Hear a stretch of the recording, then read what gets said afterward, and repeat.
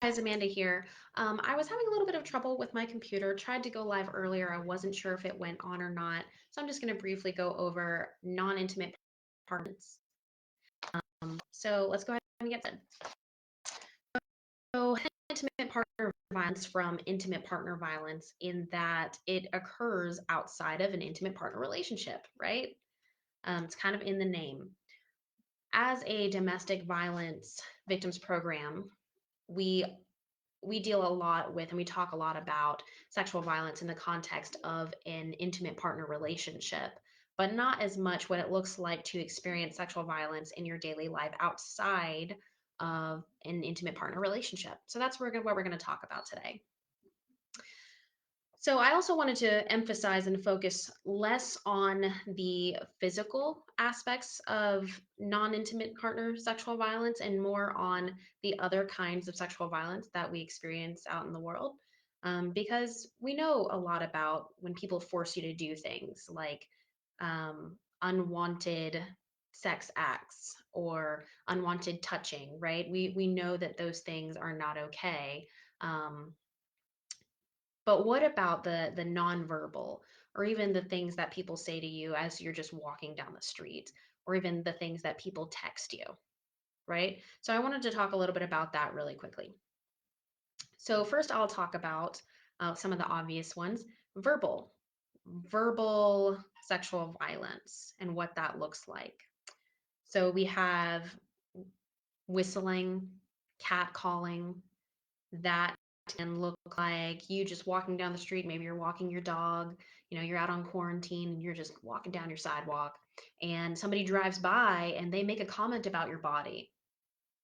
That can often make us feel really uncomfortable, especially if it's particularly disrespectful and maybe even specific about our body parts. That is a kind of sexual violence, and those are the kinds of things that make us afraid of things like people coming out of the bushes and assaulting us. And sometimes we feel comfortable saying something back to these people and trying to stand up for ourselves. But a lot of the time, these people they don't really care. They kind of like the rise they get out of you because it's a power and control thing, right? When they feel like they've affected you, they're usually pretty happy about it. And also, we may be afraid to say anything because maybe we're afraid that they will, get out of their car and or drive back and come say something to us or potentially assault us. So it can be kind of scary when people roll up on you and you are walking around town and they say something like you have really nice legs or nice butt or nice rack, things like that, things that are really offensive. Um, so another kind of sexual violence that I don't think a lot of people think of as sexual violence is slut shaming. Slut shaming, right? That looks like you making decisions to sleep with someone, which are your decisions to make, and then somebody deciding that you are a skank or a whore or a slut because you made that decision. And that is not their place. That's not something that's okay. And we're not here to discuss the right and wrongs of these things. What we are here to say is that it's no one's right to put you down for any choice that you make for yourself and your body, right? Slut shaming, it's not okay. Calling someone degrading names because you don't like the way that they live their life, that's a thing that we should be doing, right? Not cool. Not respectful of other people. We should always strive to respect people and treat them like human beings. Another kind of verbal sexual violence is when, let's say, that you work with somebody and they decide that they want to ask you out on a date, and you say, thanks, but no thanks. Really flattered though. And you do it politely. And they persist and they refuse to give up on asking you out. And they are harassing you at that point. That is called sexual harassment. Um, or when they are asking you for things like sexual favors, also harassment. And you deciding to give in because you want them to leave you alone does not mean that you've really given your permission. So, yeah, that kind of sexual harassment in the workplace or just out and about, even amongst your friend circles, right? Um, so also non-verbal sexual violence when somebody you know is making comments about your body that are sexual in nature, especially. Not like, oh, you look nice today. That's not necessarily sexual harassment unless you tell them, hey, stop telling me that, and they continue. That is. But when they are making comments about the way you look in something and, your waist looks super tiny in that, or your chest looks really nice in that, that is considered sexual violence when all of that is unwanted and people continue to do it. Um, so moving on to nonverbal, those can look like gestures, people making gestures with their hands that are sexual in nature that make you uncomfortable and they're not really something that you want to see, but they are doing that and they're doing it to make you uncomfortable or to hit on you. Um, whether that is a gesture that makes it look like a body part or a sex act, it's not okay. That is a form of sexual violence. Um, Another nonverbal that a lot of people are familiar with is unwanted staring. Okay, this happens to people, particularly women, um, on a daily basis. I mean, you walk into Walmart and you're just looking kind of normal. You're not necessarily trying to look pretty or whatever. And if you are, that's totally fine too. Doesn't warrant the staring.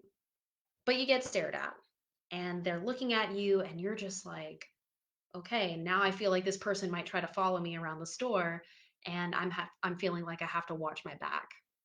That kind of thing is sexual violence because it's making you afraid of something that could happen to you because this person is acting, well, weird, right? People, don't stare at other people. Don't don't give that kind of unwanted attention. It makes people uncomfortable and it's really not cool.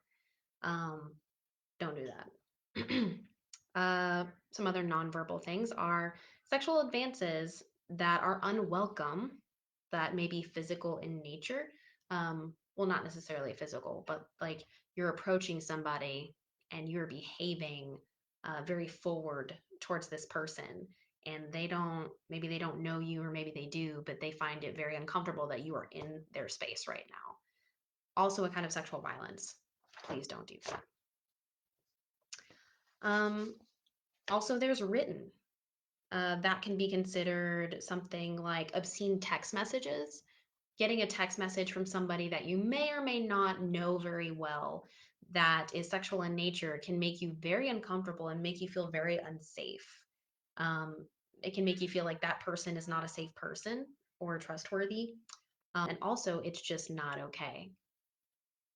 People don't generally want to hear about the sexual things that you may or may not want to do with them when that is not the nature of your relationship in the first place. That is not appropriate. It is not okay. It is a kind of sexual violence. Um, so underneath written, we also have cybercrime, which is something like posting pictures that somebody may have given you of their person that may be sexual in nature without their consent on the internet. That is not okay. And I think that most of us can agree that that's not okay. That can also look like sending them around or showing them to people. That is not okay to do, guys. That is a kind of sexual violence where we are being sexually violent towards people, even though we may not think of it that way. We're like, well, I'm not touching them, I'm not raping them, I'm just showing them, excuse me, I'm just showing my friends a picture of this girl that I think is really hot. That's not okay. If somebody's trusting you with that kind of thing, unless they're okay with it, I mean, feel free to ask them if they're all right with it. And then if they're all right with it, then that's fine. But don't do it behind their back. They're trusting you with something that's intimate to them. And if they're trusting you with something like that and you can't keep that on the low, on the lockdown between you and that person, they have no reason to really trust you. You're not being a trustworthy person in that moment. Um, so last but not least, we have physical. And that most people are familiar with what that would look like. Forced kissing, coercion, manipulation into unwanted or undesired sex acts or rape, right? Unwanted touching, sexual assault in general and rape, that is the last thing. I think that would be considered like the last thing that would happen. Once you've got all those verbal and nonverbal and written things, that is a sexually violent person. That person is a predator, and they are likely to be the kind of person to coerce you into having sex, right? um, or doing sex acts.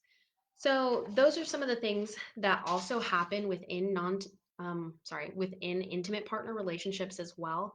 But it's important to know that we can experience these things outside of relationships, and those are some of the things that it looks like. Thank you guys so much. And if you guys have any questions, please feel free to message us. Let us know. We have a power and control um, wheel for both intimate partner sexual violence and non-intimate partner sexual violence. So just hit us up on any of one of our social medias if you want more information on that. We've heard recently that we are reaching you guys all over, not just in our counties, and we are so thankful that you guys are tuning in, and we are so excited that we can be helpful to you guys. If you guys have any things that you want us to talk about, please shoot us a message because we want to know what questions you have and we want to answer them. And it kind of helps that we get to answer them anonymously in this way. Thanks.